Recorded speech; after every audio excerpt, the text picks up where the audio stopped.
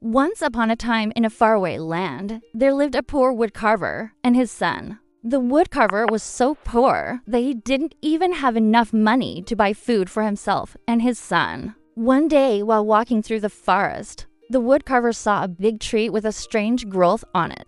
He went over and saw that it was a giant ball of wax. Excited, he took the ball of wax home and carved it into a boy. The boy was so lifelike that the woodcarver's son wished that he could come to life. But the carving was just a carving, no matter how much the woodcarver's son wished. And so the real princess was rescued and everyone lived happily ever after.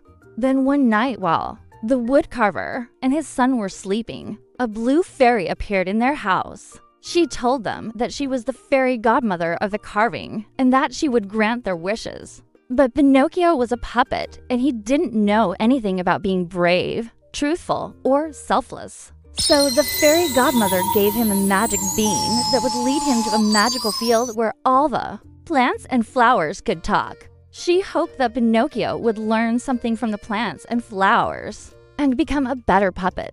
The fairy godmother waved her magic wand and the carving of the boy came to life. Pinocchio watered the flower with truth serum and picked one of her petals, which gave him the power to make others tell the truth, and were demanding a large sum of money from her father, the king, in order to set her free.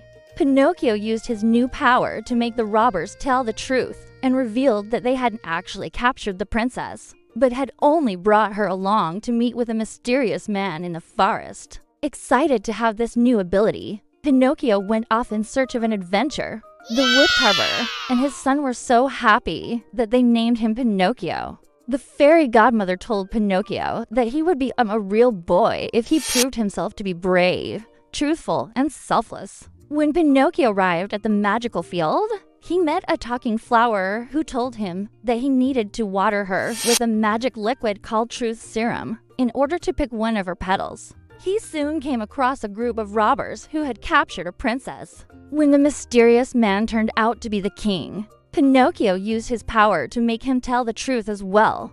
The end.